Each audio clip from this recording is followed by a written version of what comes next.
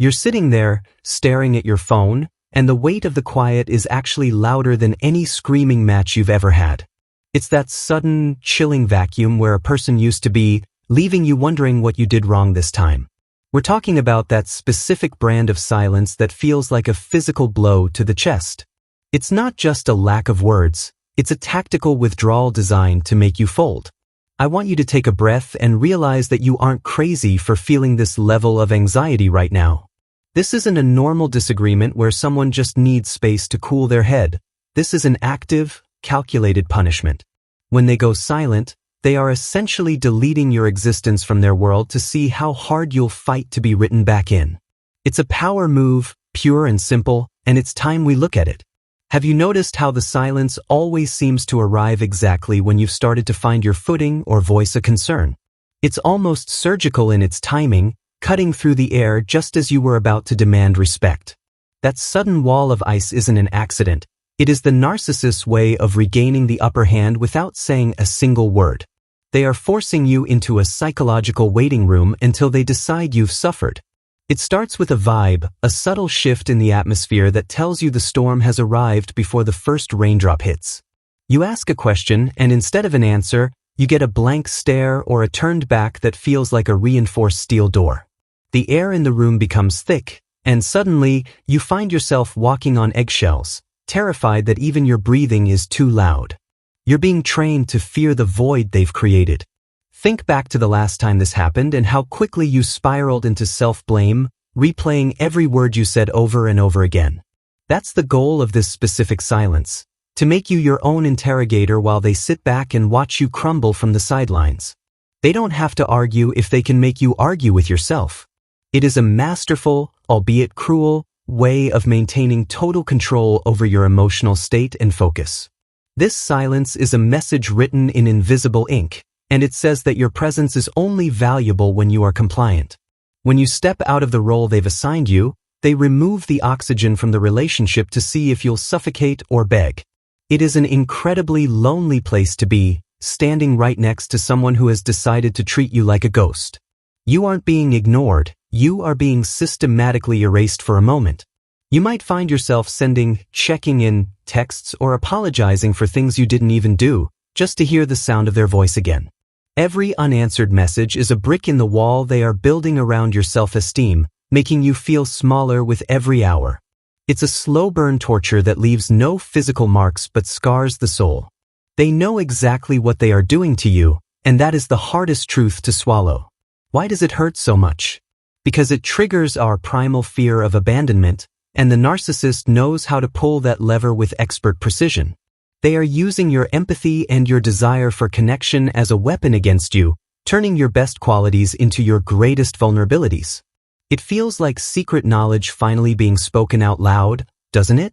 You've sensed this for a long time, but now we're calling it exactly what it is. We need to go deeper into what this silence actually means, because it's never just about being mad or needing time. There is a dark, internal machinery running behind that blank expression, and understanding it is the only way you can start to protect yourself. You've been a spectator to their games for long enough. It's time to become the analyst. This silence isn't the end of the story, it's actually the most revealing part. Stick with me because what I'm about to tell you will change the way you look at that quiet forever. You are about to realize that the silence isn't a sign of their strength, but a massive flashing red light indicating their profound internal weakness. We are going to peel back the layers of this psychological warfare until you can see the puppet strings for yourself. You aren't losing them, you are finally seeing the reality of who they really are.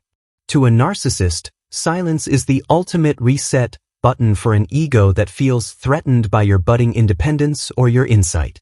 When they can't win an argument with logic, because their logic is flawed, they simply exit the conversation to leave you hanging in midair. It's like they've pulled the rug out from under you and are now watching from a height to see how you land.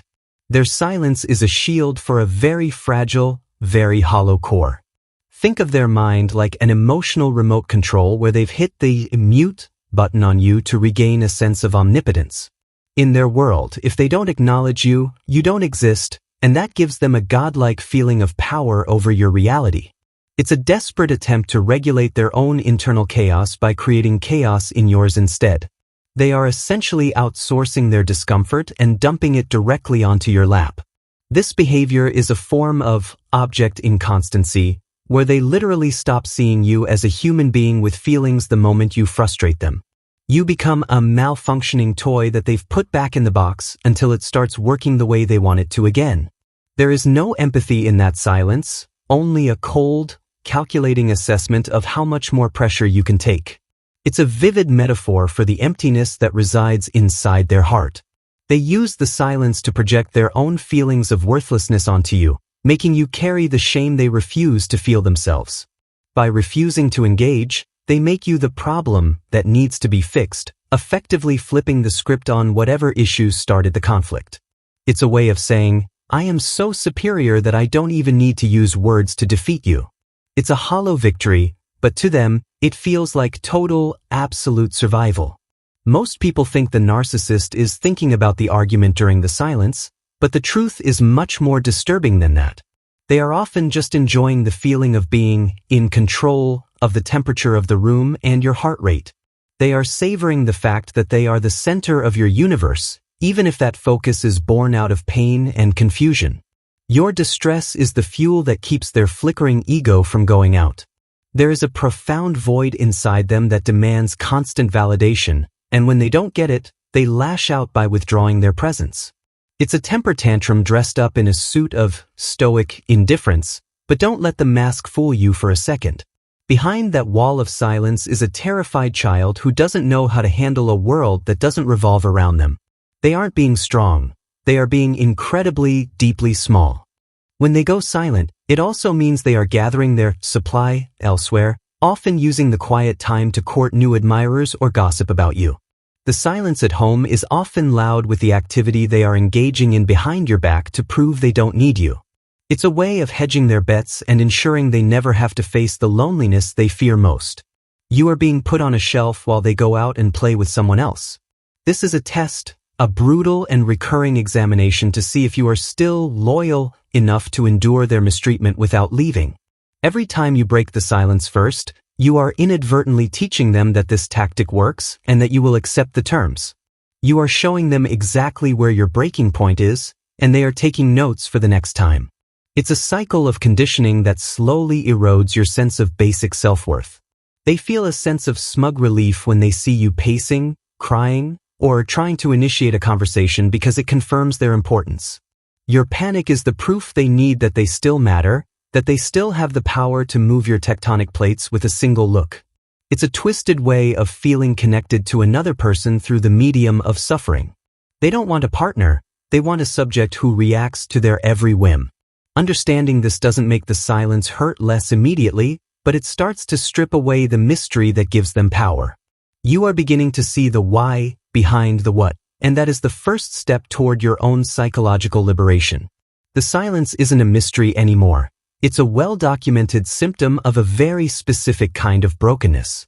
Now that we've broken down the how, it's time to look at the moment the power shifts.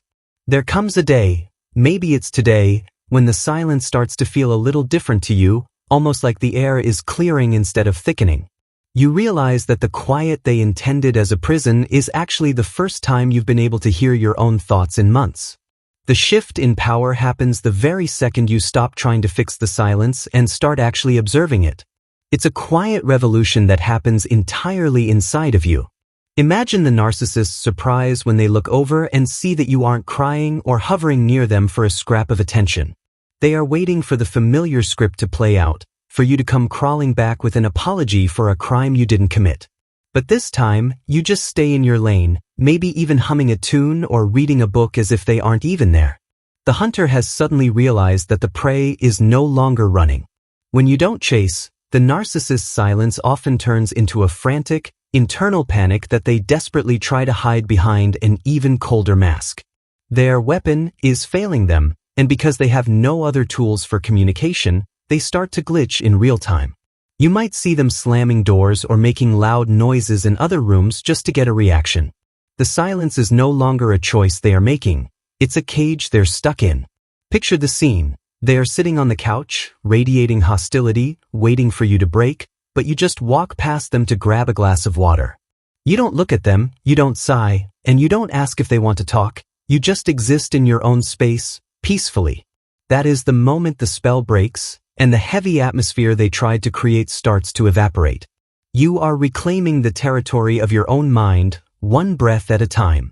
The pacing of the relationship begins to change as you realize you don't have to dance to a rhythm you didn't choose. You start to see the silence as a window of opportunity to reconnect with the parts of yourself they tried to mute along with the conversation. Every minute you spend not worrying about their mood is a minute you spend coming back to life. The silence hasn't changed, but your relationship to it has shifted 180 degrees tonight. This realization is like a psychological plot twist that changes everything that came before it in your memory. You see all those past silences not as your failure to communicate, but as their failure to be a functioning adult in a relationship. The shame that used to sit on your shoulders starts to slide off and land right where it belongs, at their feet. You are finally seeing the game for what it is, and suddenly, it isn't very scary anymore. Breaking the spell means acknowledging that you cannot force a person to speak if they've decided to be a wall, so you might as well enjoy the view. You stop being the emotional janitor who has to clean up the messes they make with their moods and their withdrawals. If they want to be silent, you let them be silent, and you find that the world doesn't actually end when they stop talking. In fact, for you, the world is finally starting to begin. The energy in the house shifts from tense anticipation to grounded observation. And the narcissist can feel the change in the frequency. They are used to being the sun that everything orbits, but now you've become your own planet with your own gravity. This is the turning point where the victim becomes the survivor, and the survivor becomes the victor. It's a subtle shift that carries the weight of a mountain moving from one place to another. You might feel a strange sense of grief during this turning point, not for them, but for the version of you that tried so hard for so long. It's the realization that you were fighting for a connection with someone who was only ever interested in a conquest. But that grief is the fuel for your transformation, a necessary fire that burns away the illusions you've been living under. You are waking up, and the narcissist's silence is the alarm clock. As we move into the darker truths of what comes next, hold on to this feeling of newfound clarity like it's a lifeline. You've seen behind the curtain, and the great and powerful narcissist is just a small, scared person pulling levers of silence. The consequences of their behavior are starting to catch up with them, even if they don't know it yet. It's time to look at the final collapse of this cycle and what it means for your future freedom. The dark, honest truth is that for the narcissist, the silence is often the beginning of the end, a precursor to the final discard. When the silent treatment stops being a way to control you, because you've stopped being controllable, it becomes a way to erase you permanently. They are already mentally moving on to someone who doesn't see through the mask, someone whose heart is still easy to manipulate. It's a cold, unflinching reality to face. While you were hoping for a resolution, they were likely already scouting for new supply, using the cover of their silence to build a bridge to someone else. It feels like a betrayal because it is, but it's also the most honest thing they've ever done, showing you that you are replaceable in their eyes. Their indifference is the ultimate consequence of their disorder, a total inability to value a human soul for more than its utility. The silence eventually collapses into a complete withdrawal of any remaining warmth, leaving you with a person who looks like your partner but feels like a stranger. There is a specific kind of horror in realizing that the person you loved never truly existed outside of the mirror they held up to you. The consequences of their narcissism are a life of shallow connections and a trail of broken hearts that they never look back at. For the survivor, the psychological toll of this constant silence is a form of complex trauma that can take years to unlearn and heal from. You've been conditioned to equate quiet with danger, to wait for the other shoe to drop even when things are supposedly good.